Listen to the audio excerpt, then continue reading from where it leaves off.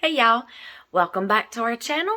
I am Tracy. I'm the keeper of the home here at 4D Farms, and today I've got another video that I'm going to have to talk you through of my husband processing some of our deer meat in a way that he just wanted to try it to have something different and to see how it turns out. And believe you me, we tested it after he made a little batch and it turned out so delicious. He's doing bacon deer burgers. Now it's not a video of showing you him making bacon deer burgers. It's a way that he wanted to just test and play around with and see how it turns out. And yes, it turned out good. Yes. I totally had to get out of the kitchen, let him have the kitchen, free reign space. We weren't butting up against each other like we were in one of the other videos, fighting for space or anything like that. It was his day to be in the kitchen. I have been playing with granddaughters all day long, as you can see, but okay, but it's totally worth it. They wanted my attention, so they get it. Okay, so they've gone home now, and I am going to talk you through this. My husband was what's the word called? Nice enough, whatever you call it, compromising, whatever, enough to let me sneak in here occasionally and get some shots, some camera pictures of him doing each process.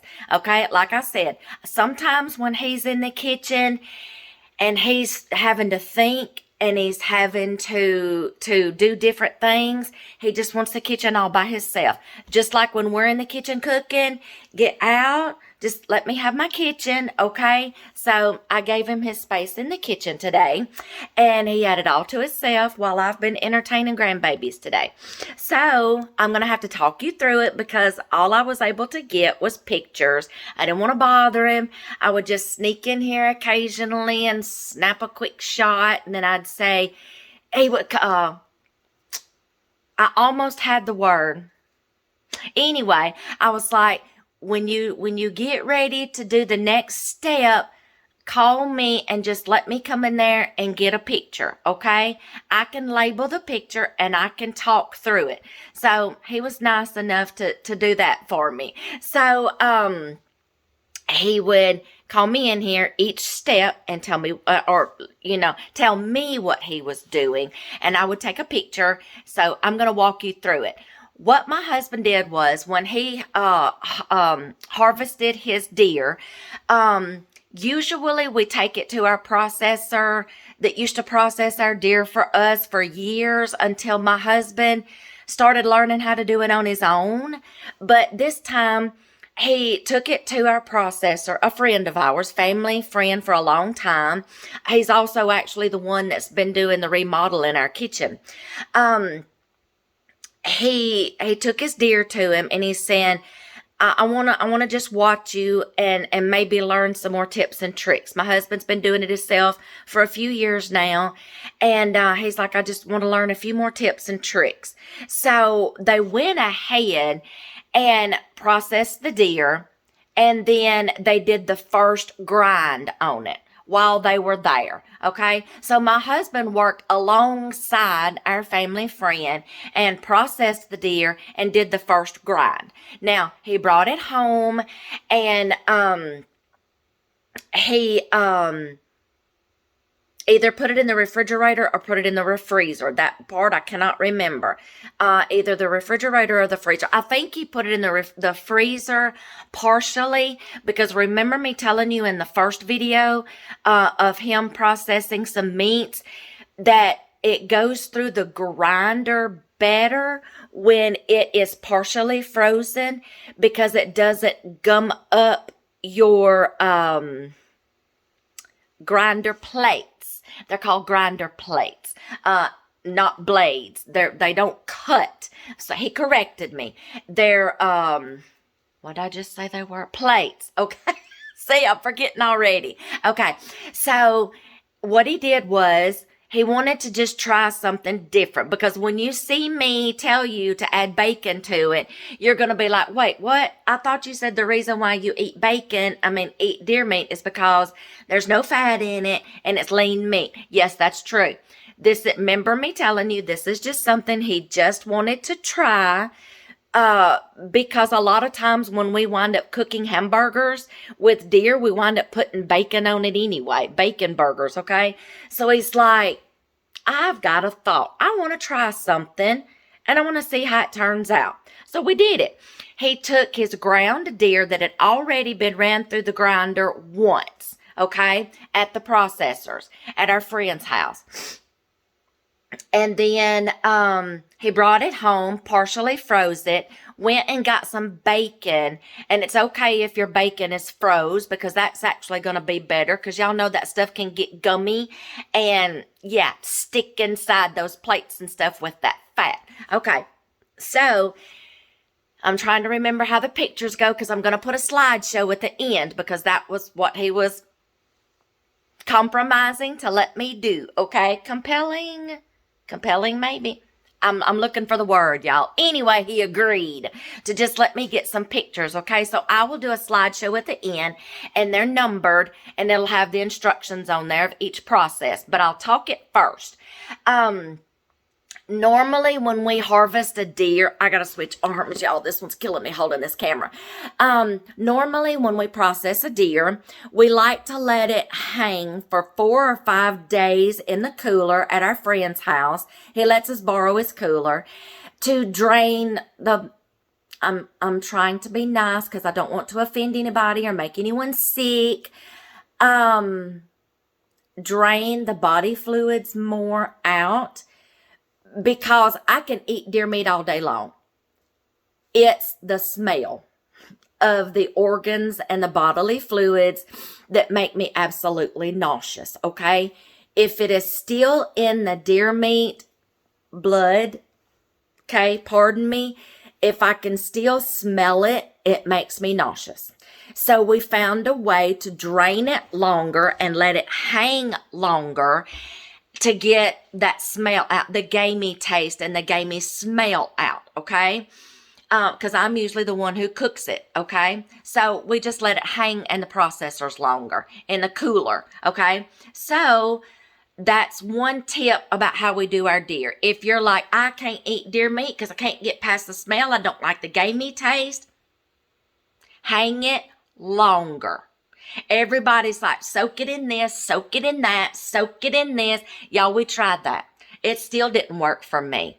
We just learned, let it hang longer.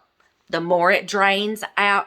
And I'm talking bucks, y'all, that are during the rut season full of adrenaline, okay? Them hormones are pumping. It takes that out.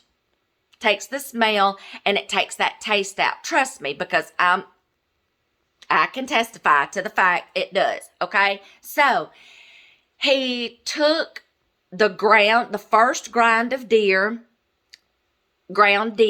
put it in a tub, and cut up chunks of bacon, okay? Fat and all, chunks of bacon, okay? He mixed all that up together, okay? Mixed it up really good with his hands, okay?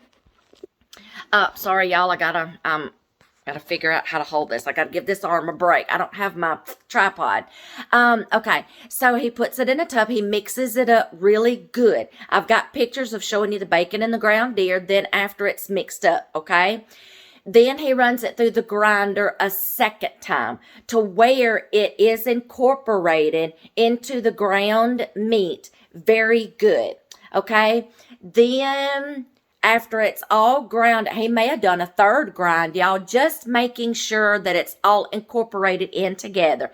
No seasonings, because he said, we're going to use these for hamburgers, but each time we get a package out and we cook them, we may want to season them differently each time.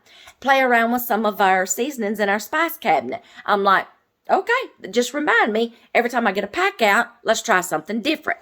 Okay, so he might have run it through a third time just to make sure that it was all well incorporated, okay? Then we made up vacuum seal bags and got them all ready. We love our vacuum sealer. Then he started weighing them in 1 pound portions using a digital scale. Then we put them in the vacuum seal bags, and we like to pound down and flatten our meat inside the vacuum seal bags. As you saw us in the other video where he's processing some chuck roast, we do that because we push the meat into the pockets, the corners of the bags to get that air out. And then we like to flatten them so they freeze like that, and it creates more space in your freezer. You just dunk a ball of meat in there and then vacuum seal it, they don't stack properly. Okay, so there's another tip. Even if you go buy ground beef from the grocery store and you come home and you repackage it, flatten it in your Ziploc bags, in your vacuum sealer bags, flatten them out, y'all. It will create more space in your freezer. There's a good freezer space tip, okay? So he weighed them out into one pound package portions, blah, blah, and then we put them in the vacuum seal bags, pounded them down flat, vacuum sealed them, and then we put them in the freezer. If I missed explaining anything, the steps are wrote on the pictures as you go through the slideshow, okay? That is one way that we process our ground deer, okay? We don't always put bacon in it. We will sometimes just take the chunks of our deer meat because he cleans our deer completely off, takes the silver skin off. You do not want to get a bite of that silver skin in your mouth, okay? Because it's stringy, it's tough. We cut all that off. I do not know the processing part of the deer, okay? Because a lot of times that's just done before I can even catch a glimpse of it, okay? He does all that. But I do know that he takes the time to get all that off. He gets all the meat off of the bones, okay? We try not to waste any of our deer. I'm actually going to collect some bones and throw them all together, and later on, further down the road, I'm going to just make bone broth out of any bones I've got in my freezer. Okay, deer, beef, when we butcher a steer, chicken, ham, I'm going to throw them all together, turkey, and pork chops, and make a bone broth, okay? But I'm going to stock them up, pile them in the freezer for right now till I get a good amount. So all of the deer gets cut off of the bones. They go through the first grind. They cut it all down into little portions so it will go through the grind, okay? Just like he cut up the chuck roast, cube it up, small pieces, then run it through your grinder. Do this 2 or 3 times, okay, to get a good grind on your ground deer, okay? Then you just package them into 1 pound portions, put them in your bags, and freeze them, okay? You can use ground deer as a substitute for ground turkey, ground chicken, ground beef, okay? Use in your recipes. We use our ground deer. This is just something different he wanted to do, just to do hamburgers with. And I think we only have like 5-6 packages, okay? Just when we want a burger, a hamburger, we're going to pull it out. We're going to play around with those. He still has some more deer that he's going to grind up to use in place of ground beef, ground turkey, ground chicken, whatever, okay? We use it in spaghetti. We make meatloaf. We make meatballs. We throw it in casseroles, soups, stews. Anything that you use ground beef for, we can use ground deer for, okay? He just grinds it up, weighs it, packages it up, vacuum seals it, puts it in the freezer, okay? So, but this is just a different way that he just wanted to try. So we can just have some deer bacon burgers, he's calling it, okay? So that's normally how we do our deer. for ground. Now, we do take the back straps and we can use those as anything. We can use it as a roast. We can use it as steaks, fajita slices, chunks for like stews. There's a lot of different ways you can process the back straps, okay? We've taken hindquarters before and just smoked the whole hindquarter. I have actually slow cooked in a roaster a hindquarter. Okay, there's so many ways, y'all, you can process a deer and cook a deer, okay? You do not have to be scared of it just because of the smell, okay? Because I can tell you, I can eat this since we started hanging it longer. I can eat this, okay? This is one of the ways that he does his ground deer, okay? They process it, they get it all off the bone, they run it through the grinder, and then we repackage it. This video in particular, though, is just deer bacon burgers, okay? And I'm going to give you the slideshow at the end with all the directions, okay?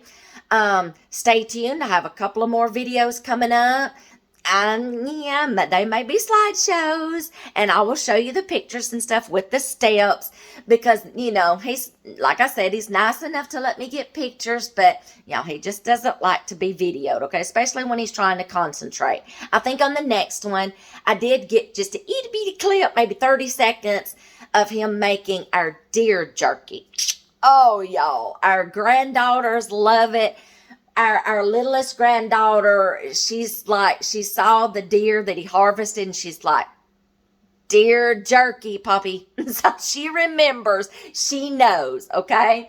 So, the next one that I'm going to get up of him is a slideshow and a little clip of him doing our deer jerky, okay? So y'all just stay tuned. I hope you like this one, and you'll learn to just maybe practice, you know, and find that way that you like doing deer and cooking it and processing it, and try you some deer bacon burgers, okay? Mixing in the seasonings and the fat, you know, the bacon and stuff ahead of time. So that's one less step. Incorporate a little extra flavors, you know. But yes, deer is usually lean. There's no fat. Like I said, this is just something he just wanted to try differently this year. But the rest of our deer is going to be processed with no fat, and probably we will season it as we cook it, because if you don't know what you're going to use it for ahead of time, don't pre-season.